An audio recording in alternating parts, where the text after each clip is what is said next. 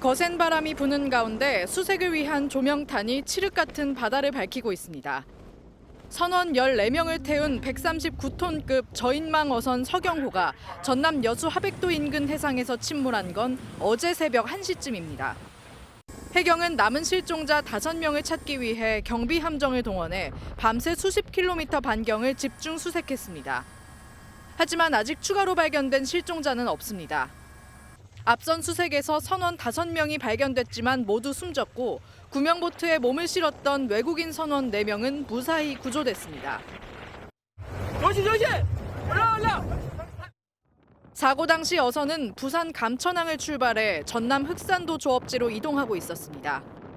당시 2m의 파도와 초속 14m의 바람이 불고 있었는데 100톤이 넘는 선박을 뒤집을 정도는 아니었다는 게 해경의 판단입니다.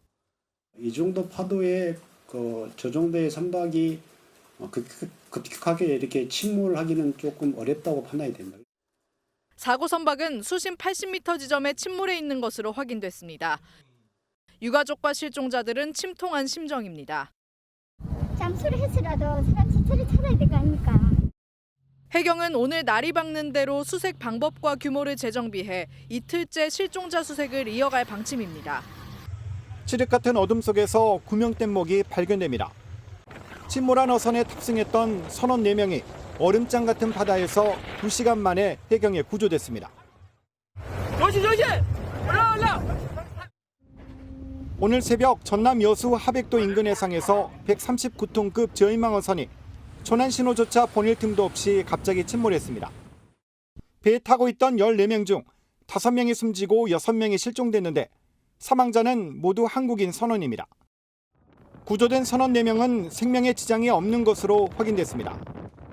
당시 사고 해역에는 2m의 파도와 초속 14m의 바람이 불었지만 100톤이 넘는 선박이 항해하는데 문제는 없었습니다. 이 정도 파도에 저 정도의 선박이 급격하게 이렇게 침몰하기는 조금 어렵다고 판단이 됩니다. 침몰한 어선은 어제 부산 감천항을 출발해 전남 흑산도 조업지로 이동 중이었습니다.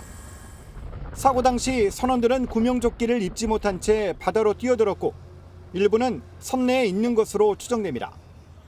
사고 선박은 수심 80m 지점에 침몰해 있는 것으로 확인됐습니다. 소식을 접하고 여수로 온 유가족과 실종자 가족들은 오열했습니다. 잠수를 해서라도 사람 시체를 찾아야 될 거 아닙니까? 해경은 해군과 함께 실종자를 찾는 작업을 야간에도 이어가겠다고 밝혔습니다.